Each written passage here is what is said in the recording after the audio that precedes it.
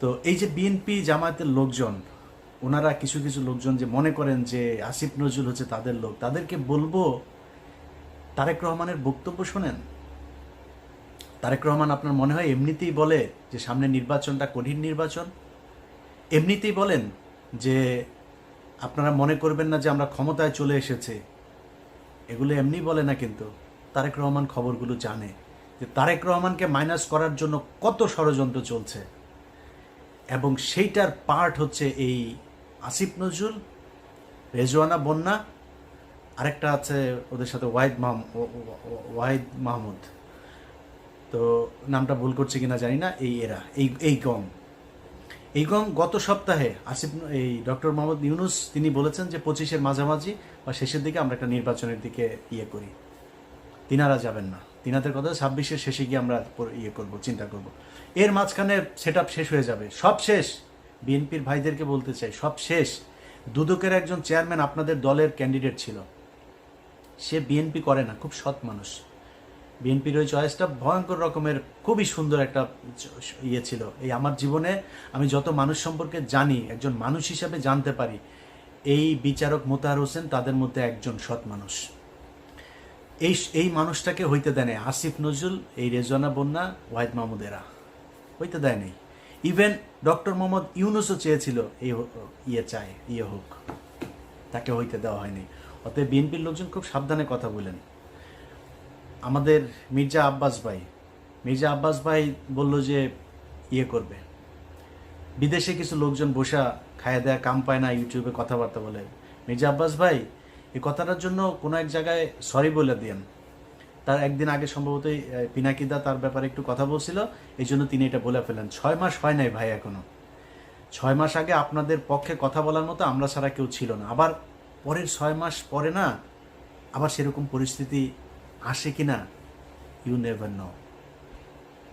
So খুব সাবধানে একটু কথা বলতে হবে। হ্যাঁ, আমরা আপনাদেরকে যদি কোনো কথা বলে থাকি তাহলে সেটা মনে রাখবেন, আপনাদের ভালোর জন্যই বলছি। এত মুখ পুষে ফেলা উচিত না।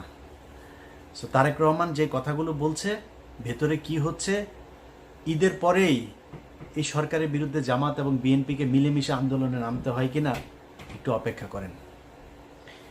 এই যে শাহেদ আলম এখন এত কথাবার্তা বলছে না, শাহেদ আলম কিন্তু এমনিতে আমার বিরুদ্ধে লাগেন। শাহেদ আলম জানে না ওর জীবনেও কি 2 নাম্বারই করেছে।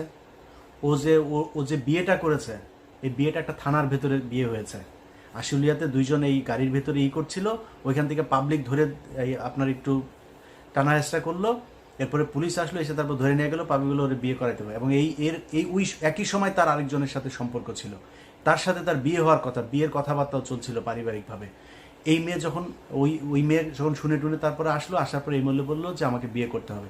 এই পাবলিক পুলিশ মিলে এর সাথে বিয়ে দিয়ে দিয়েছে। চ্যালেঞ্জ করেন, ওরা চ্যালেঞ্জ করেন, আমি থানার নাম টাম সব কিছু বলে দেবো, ওই ওসিরে খোঁজার চেষ্টা করতেছি। এই হচ্ছে শাহেদ আলম। আরও অনেক কিছু আছে, কিন্তু ও আমার সাথে কেন লাগলো জানেন? বিশাল বড় স্বার্থগত একটা দ্বন্দ্ব এই জায়গায়। কি দ্বন্দ্ব? শাহেদ আলমের আসিফ নজরুলকে দিয়ে যে ধান্দাবাজি সে করছে, এই ধান্দাবাজি তো সে বিএনপি আসলে করতে পারবে না।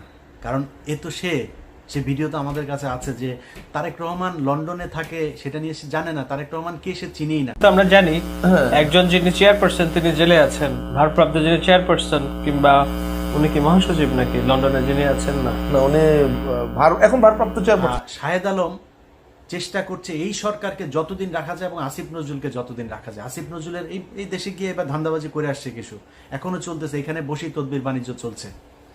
আসিফ নজরুল না থাকলে এটা করে দিবে কে? এই কারণে এখানে তো কোটি কোটি ভাই, শত শত কোটি টাকার খেলা। তো এখানে একটারে জামিন করায় দিতে পারলেই তো শত কোটি টাকা দেওয়ার লোকজনও আছে, তার চেয়ে 1000 কোটি টাকা দেওয়ার লোকও আছে। এখন জেলখানায় যারা আছে এদের মধ্যে এরকম নাম ধরে আপনাদের বলতে পারবো কয়েকজন আছে, এদের 1000 কোটি টাকা দিয়েও যদি জামিন করে দেয় তারা করতে রাজি। আমার কাছেই অফার আছে। তো এই বিষয়গুলো কিন্তু এখানে হচ্ছে, যেই কারণে শাহেদ আলম এখন আমাকে নিয়ে ন্যাকেট হয়ে তারপরে নেমেছে। শাহেদ আলম, আমি তোমার আগেও বলেছি, এখনো বলছি, তুমি ভাবা এই যে বিরিয়ানির দোকানে 1000 টাকা করে নিছো,